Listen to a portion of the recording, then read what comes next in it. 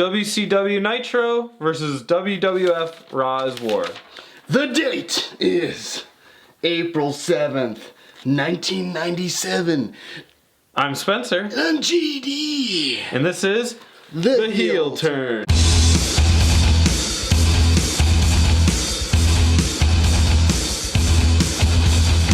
We're going to start first with WCW. We're in Huntsville, Alabama.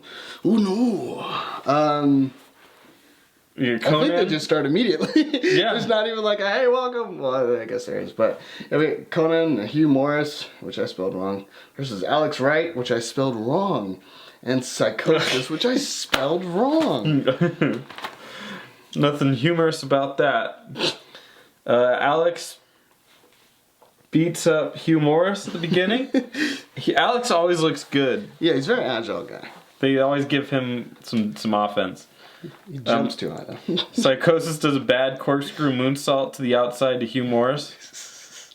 It looks like he just doesn't quite make it far like enough. Dropped him on his... Yeah. Yeah! Takes him out. Yeah, Conan and... Oh, wait. No, that's already past at that point. During the time that...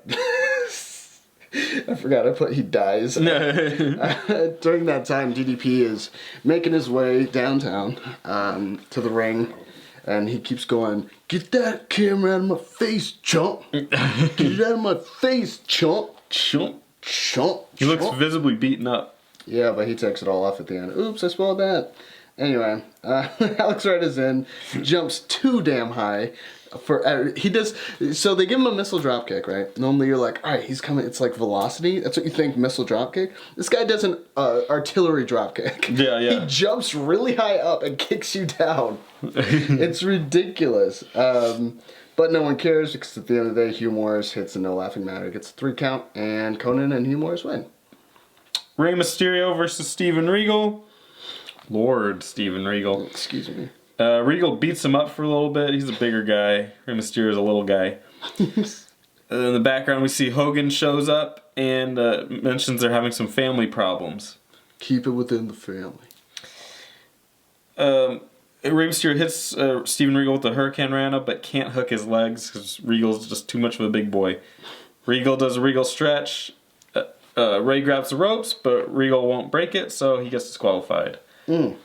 Prince runs in for the save, but also gets Regal stretched for his trouble. And no one even fucking... He's like, I'll help you. Gets wrapped up real quick and in a hurry. Next match, we get Ice Train with Teddy Long versus Chris Benoit. Start things off, we get our overhead press, slam, whatever. Military press. Military, you guys call it the weirdest things. Yeah. You civvies. No. So yeah, he gets picked up, drops him. He does a couple other. He's pretty. You know, that's the thing. I don't think Ice Train is ass. No, he's fine. He's not Ass Train. He's Ice Train. Right? And he's no selling those chops. Yeah, he's like, I gotta hook up, and then I can imagine Chris Benoit's like, that's not part of what we're supposed to be doing. Dick harder chops. His flesh, luckily, still on his finger this time. Yes, we think. And then it cuts over to NWO backstage.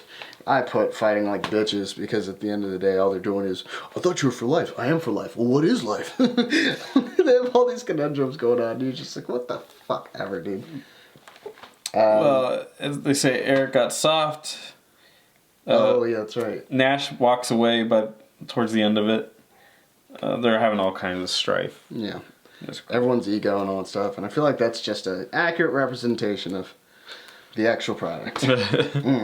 So, Chris Brown gets momentum, hits with the DDT, gets a 3 count, and we have your victor.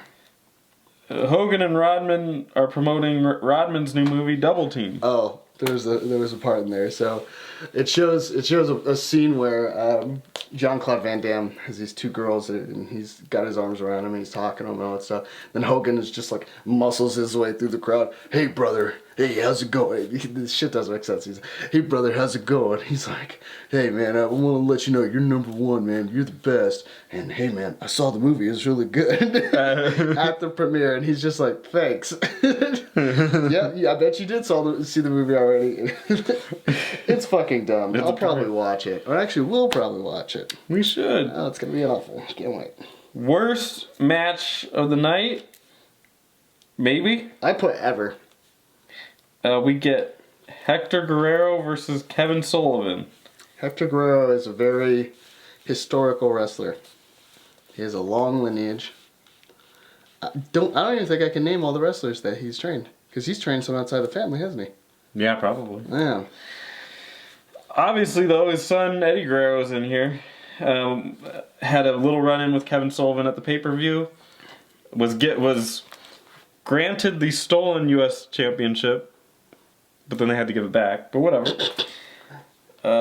Kevin Sullivan just beats the shit out of him. Jacqueline beats the shit out of him. They throw him out. He does some really loud back rakes. There's not a whole lot going on here. He does the Tree of Woe. It looks like Hector Guerrero has a horrible welt on the side of his belly, which looks awful. Hits the double stomp, and there you go. I think neither of us are huge fans of Kevin Sullivan's ring work. And I don't even like him on promos. I don't like him on anything. I like him on some of his promos, but yeah, this was no good. I think he is the most untalented and worst wrestler in all of WCW. Past, present, and if it ever gets revived, future. He fucking sucks. Could be true. He's a garbage fucking imp of a man. Yeah, he's not. He doesn't have a lot of qualities that make him any good. God damn. I remember when you look at the breakdown for him being the Taskmaster when he first becomes it after joining the Dungeon of Doom. He's standing there like that, and all they do is put those things on his head. I was like, what are you standing at a remarkable 4'3"? Kevin Hart could whoop your ass, dude. Yeah. Ugh. Anyway, we get an NWO promo where there's trouble with the family. They all come out to the stage because they're like, instead of having this discussion backstage like we were doing it, we're going to have this discussion right in front of an audience. Because that makes sense. Yeah. Anyway, Hogan and Kevin Nash sort out their differences. At first he's like, I thought you said you were mad at me because I went to a premiere. And he's like, no, bro. Which I think it's actually, yes, bro. Yes, we do. If I remember correctly, they couldn't agree on a lot of things with each other. Kevin Nash is upset. And Hogan is mad at Macho Man. And he forces them all to make up with each other and says, hey, man. Macho Man's like, you're on probation so long as I'm on probation. Macho Man also sounded like he had a cold or something like that. Because he's like, oh, here, buddy. So, yeah, there was that. They're also asking, where's Scott Hall? Which Nash thankfully doesn't reveal, but he does say that he is NWO for life. They don't have to worry about him. Yeah. So there you go. Yeah, so then we get another shitty promo. We get... No. This was anything but shitty. Yo, get the front door out of here. This is awesome. Ric Flair comes to the stage after Mean Gene beckons him from the depths of hell. He comes from darkness. Woo! He comes up and he goes, hey man, I want to bring Roddy Piper to the scene. Brings Roddy Piper up and they're doing drugs, is what I wrote here. And then they go, hey, Kevin Green. Here's the funny thing about it. They go, Kevin Green, right? They've been hyping this guy up. He's a Panther. They're like, Kevin Green's going to be coming, man. When Kevin Green shows up, it's going to be crazy. I'm like, oh, okay, next week on Nitro. Nope. He's already here. Yeah. And they already gave him the theme music for, what's his name? Ric Flair? Yeah, they gave him Ric Flair's theme music. Yep. And I'm just like, talk about a fucking push. Most of these guys that are in the ring wrestling don't have music. And then, they all. He says that he's got their back. He's not going to let them down. And then they all have collective seizures, bouncing off each other in the ring. Yeah, no, I bet you anything. Ric Flair's like, oh, that's too rough, man. That's too rough. Because he's the first to leave. He's out. He's like, all right, I'm done. Fuck this shit. We get our next match. We get Chris Jericho versus Dean Malenko. Yeah. This... The ending was weird, but this might be my favorite match of the night. I don't know. Yeah, it's not terrible. Really crazy acrobatics at the beginning. Yeah, you miss a drop kick on Dean Malenko. He's doing. See, that's the good thing about Jericho. Well, this era of Jericho is he's doing a lot of like springboard sort of setups and stuff. It's always nice to see that he's the only one doing them like that. You can even be Rey Mysterio, and I don't think Rey's doing that yet. Or if he is, it's not as frequently.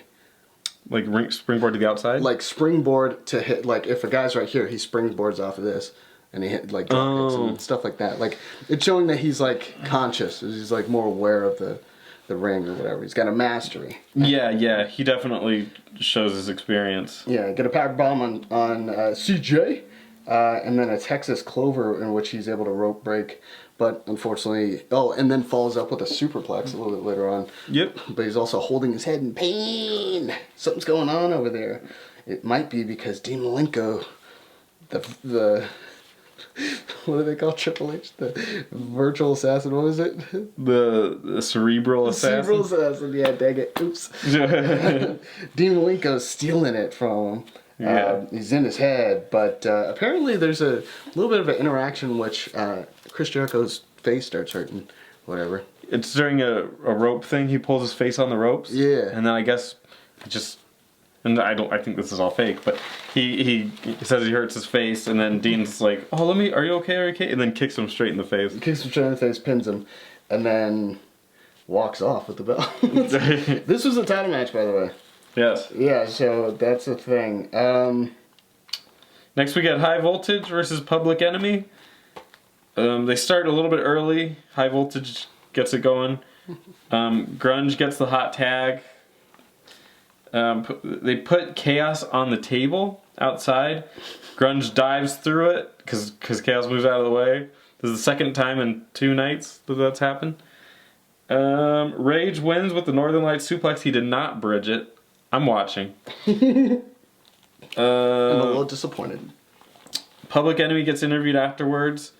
It's sometimes it works, sometimes it doesn't, but it's all good. High Voltage, you did good. And then they challenge him to a street fight at the next Nitro in Philly, and they're gonna show them what Extreme is all about. I guess so. ECW. Which means they're probably going to win if it's in their hometown. Yes, a New Jersey street, or is it Philadelphia? Philadelphia street. There it is. So next match we get Triple H. No, we get Harlem Heat versus Jeff Jarrett and Mongo ? Yeah, so Deborah's out there, obviously, but everyone's going, "Where's Mongo?" That's what I'm saying every time WCW comes on. Where's Mongo? So, yeah, Booker T and Jeff Jarrett start, obviously, Jeff Jarrett. And then there's a little bit of an exchange that they have, and then Jeff Jarrett's antagonizing Stevie Ray.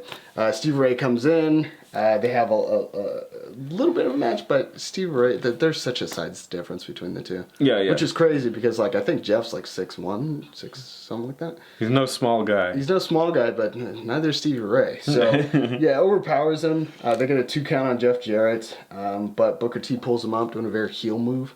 And then probably licks his head. Who's the other guy that licked it? There was someone. Oh, no, that was Braun Strowman. When he was wrestling, I forget. He knocks someone down, pulls him up on 2, and then he licks their head. Yeah, he's like, "Get the fuck off me." Oh, man. I think it was like Tyson, whatever. I can't think of the guy's name. Black dude? Whatever. So, it was just funny. Anyway, Booker T hits a scissor kick on JJ.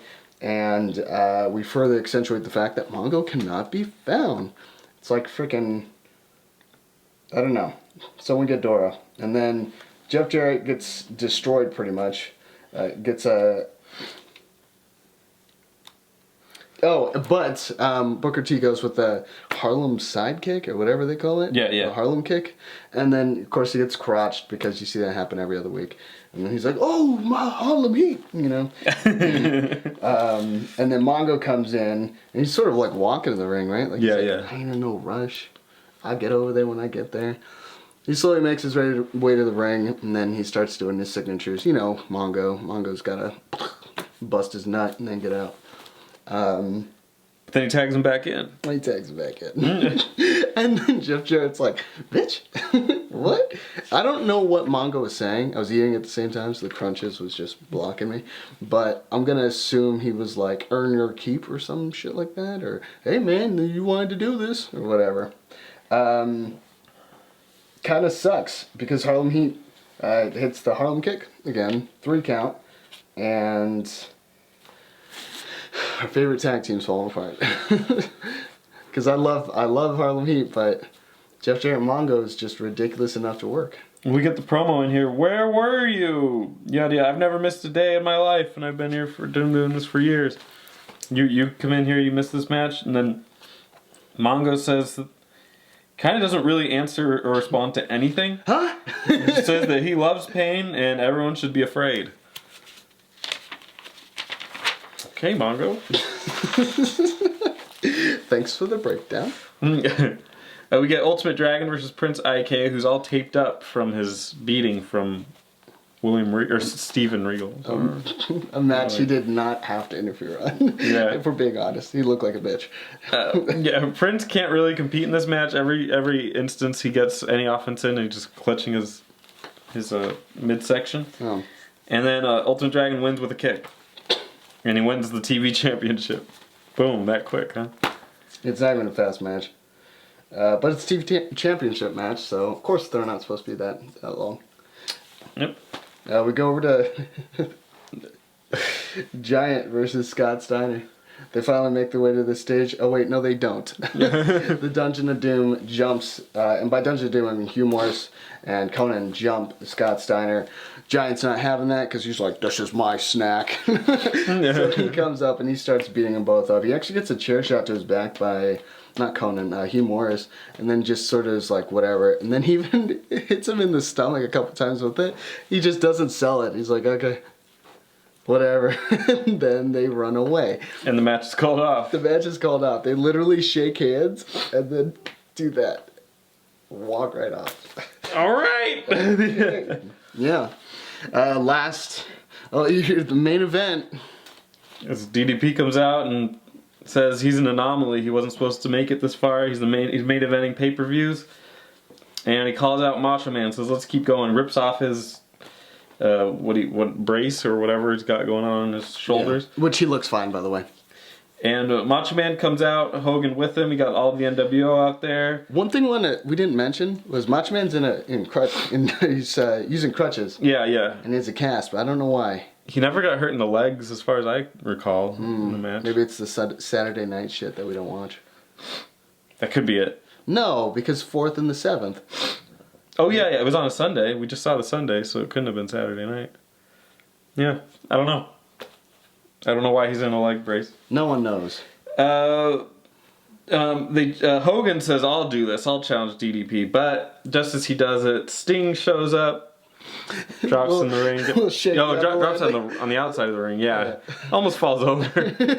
Oh, shit. Points his bat at Hogan, then throws it back to DDP, who catches it, and then pulls out his own bat. And now it's... He's got a bat holster. Now it's Hogan and... the NWO versus Sting and DDP with bats in the ring. And that's the end of the show. I think rumors are they're still standing there today. It's a shitty way to conclude, but it always has to end with NWO. That's every single episode. That's right. It's the hottest angle. Yeah. Raw. Wish I could tell you where Raw is being handled at, but same night, obviously. He mentioned it midway through the show. But I don't care enough about the locations. Come on. I didn't remember. Oh, fuck. He did mention it. But it was way in the middle of the show. Your mama's house. We get Owen Hart and the British Bulldog versus the Godwins. Henry O. Godwin, that's Hog, and Phineas I. Godwin, that's Pig. Remember that. We get some USA chants. And Owen Hart and British Bulldog are talking about how Bret is an inspiration.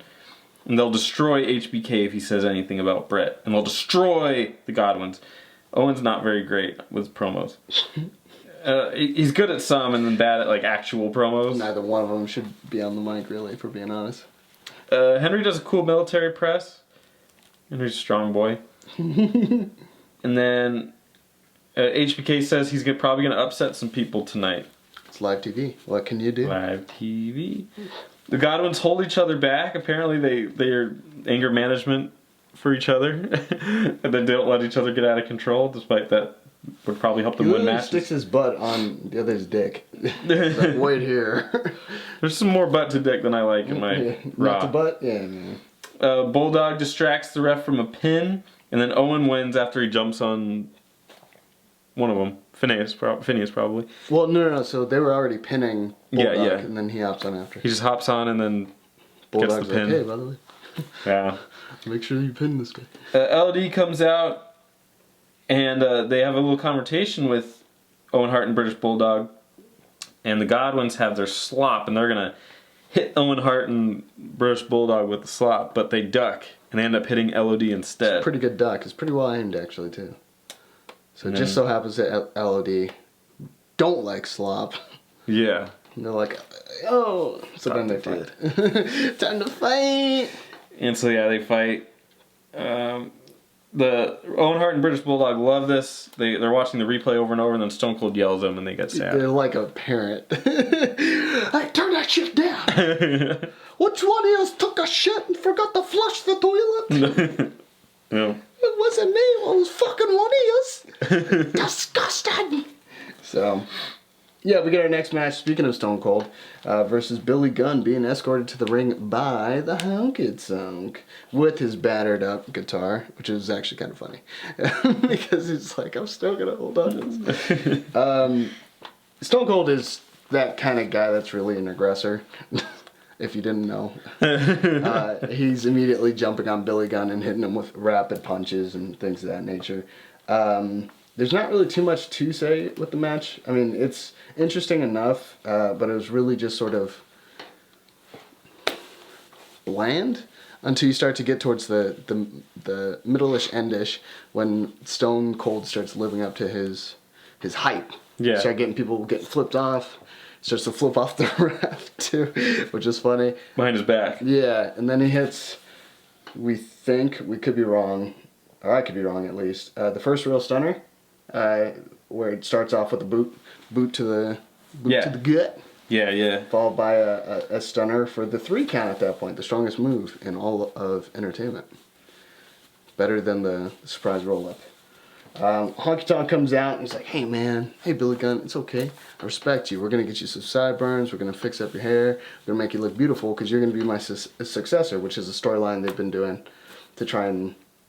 I don't know why Honky Tonk is even there. But he gets smacked. And then Billy Gunn leaves. So another successor down the drain. Who's going to follow up in Honky Tonk's shoes? No one. Maybe it's a good reason it remains dead. Well... Honky Tonk forgets that he's supposed to be in pain when the camera focuses on him. But remembers as soon as Vince McMahon wakes him up. He goes, I'm hurt! Oh! Yeah, he's like... Ah! So, whatever. We get a Brett promo. Brett acts like a bitch, is what I put.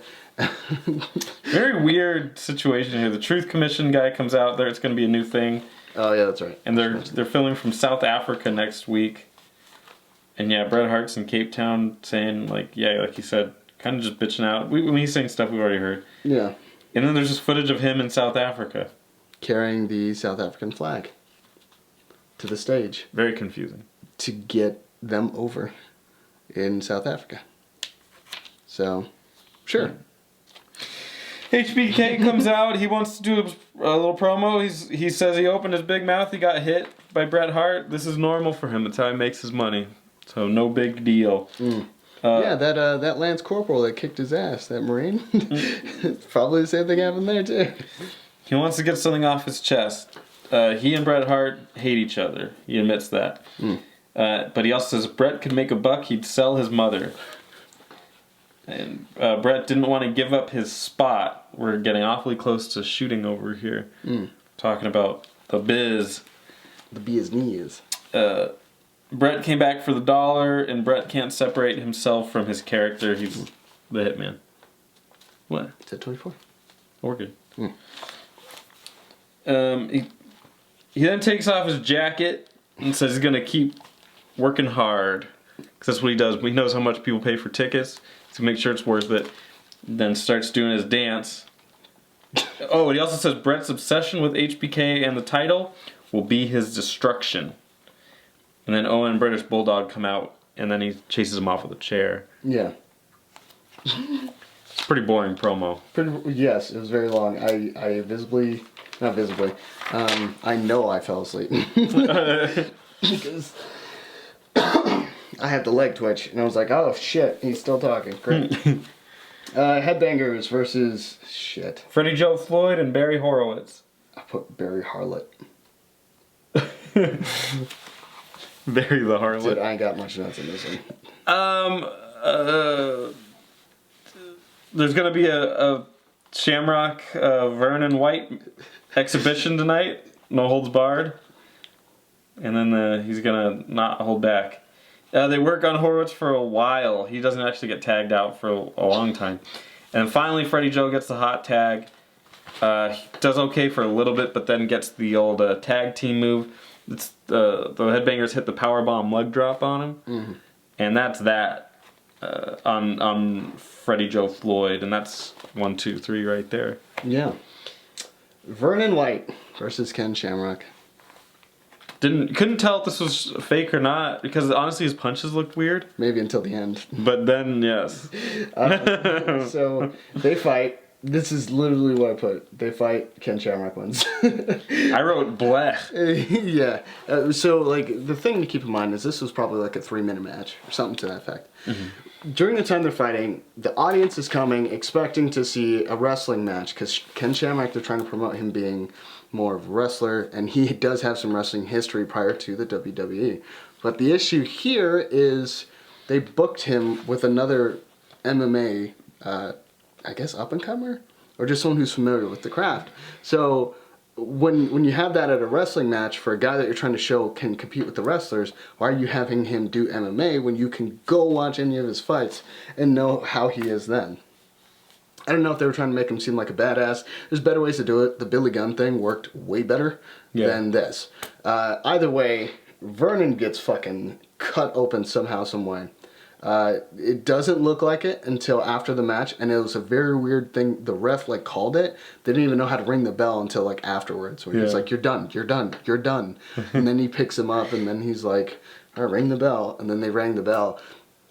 Vernon turns over and then just pools of blood just start coming off of his face. Don't know if it's from his head, if he got split open, eyes, cheek, whatever the case is. Either way, he's bleeding pretty profusely, and it's just like I'm a guy that does not watch UFC or any of that. Yeah. So that kind of stuff is pretty upsetting to me. I don't like seeing guys get for real just beaten. Beaten to literally a pulp. Yeah, beaten in front of a pretty big audience, yeah. And the other thing too is there's such a difference in the weight class. Like people act like weight class isn't important, and come on, man. He was on top of him pretty much the whole time. Yeah. You couldn't even take him down. If this was like a legit, like if this was a shoot fight, whatever, yeah, the weight class is going to have a big effect on if he's even able to take down Shamrock, much less Shamrock's career or the kind of fighter he is. Yeah. It was fucking dumb, is what I'm trying to get at. Like honestly, if you approach this with any sort of a brain, it just makes Shamrock look like a bully. Yes. It doesn't really. You're not like, whoa, that was impressive, man. I mean, he even admits you're like, he's fucking huge. They say he's 235. I kind of call bullshit on that, but even if he's 235, then the guy he wrestled was like 140. Wow. He wasn't 200. Not 200. He wasn't 200. Very, very much lighter. Yeah, like 170. The funny thing about the end of that, by the way, is that he goes, "Yeah, he kind of hit me a couple times, and I lost my temper." Yeah, everyone's gonna hit you, so you just mean you can't control your temper. Yeah, you mean you just attack someone and cause them to bleed profusely. Yeah, he hit you a couple times. Isn't it MMA? Yeah, but hear me out. Yeah.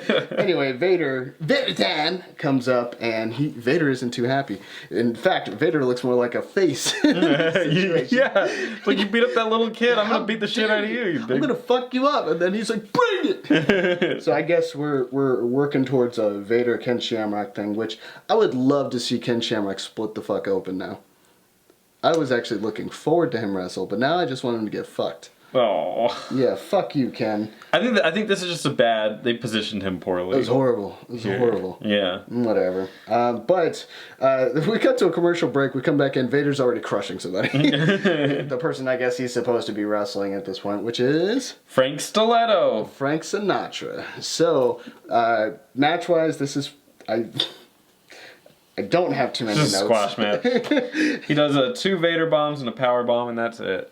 I mean, there's more moves, but that's really where it... What is the point?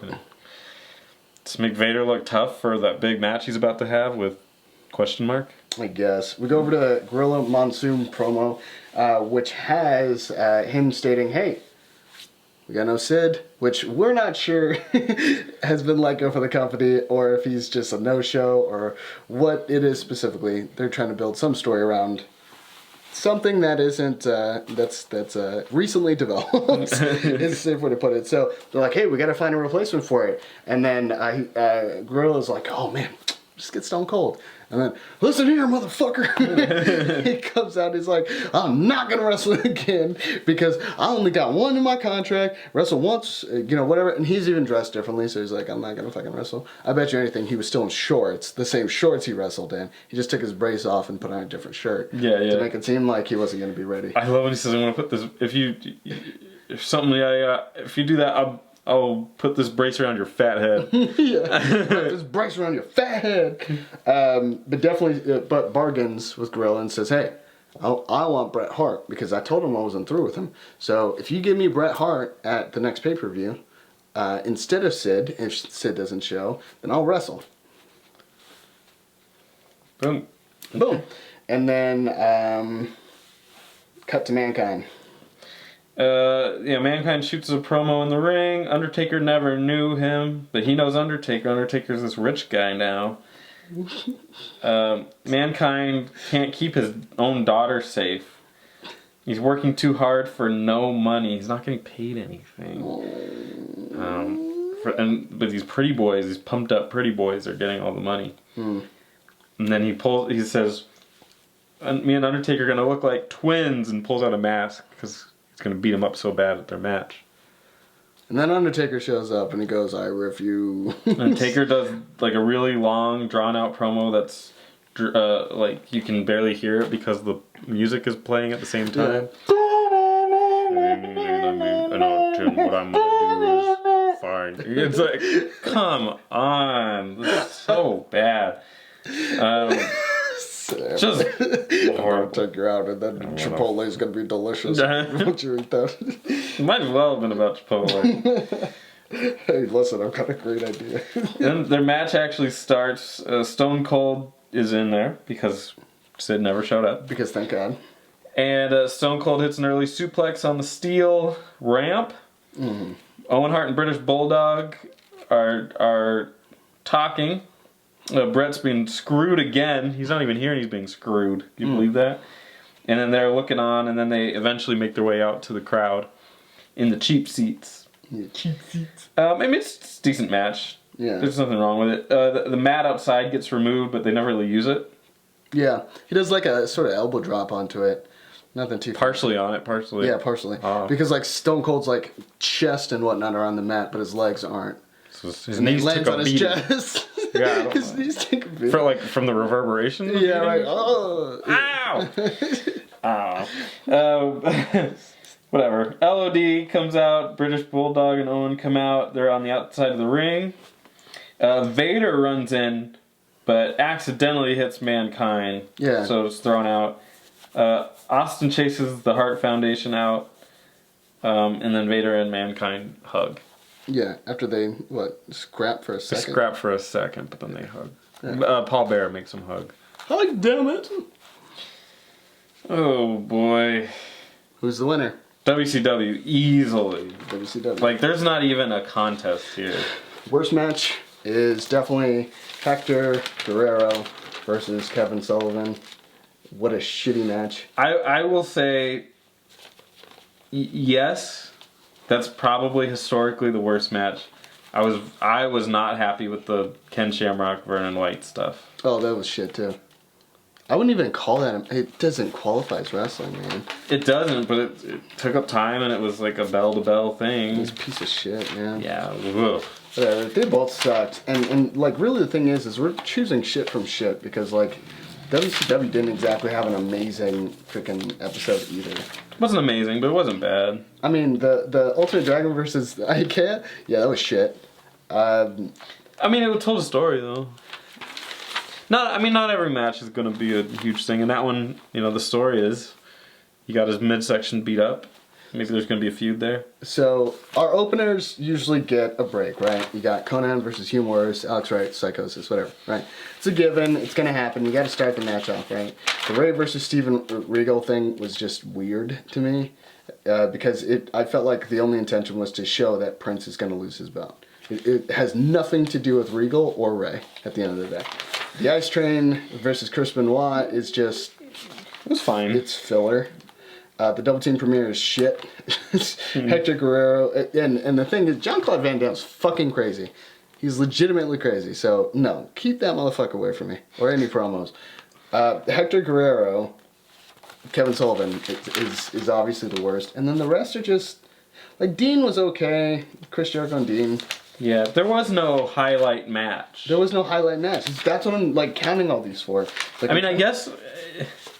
If you wanted to go there, the Stone Cold Mankind match was okay. I was going to say the Billy Gunn one because he actually does the stunner. Yeah, that one was good. I mean, but nothing like, wow. Like, yeah. The last time I was, like, super impressed was the Bulldog versus Owen Hart match for the European title. The first time. That one was a hot match. Yeah, but if you hold that as your best... if you hold that as a standard, though, yeah, then you gotta lower it a little bit. Well, you're gonna get some. You gotta lower it a little bit. I'm just a tough critic. I guess either of the Stone Cold matches, I guess, would be the best match. Yeah, for sure. But yeah, WCW is the clear winner in this one. Worst match overall, Hector, and the best match, any of the Stone Colds. Are we missing something? No. Oh, okay. Oh, yeah, we are. A good show. Oh. I'm Spencer. I'm JD. This is the heel turn. It's gonna be a heel turn. God damn it.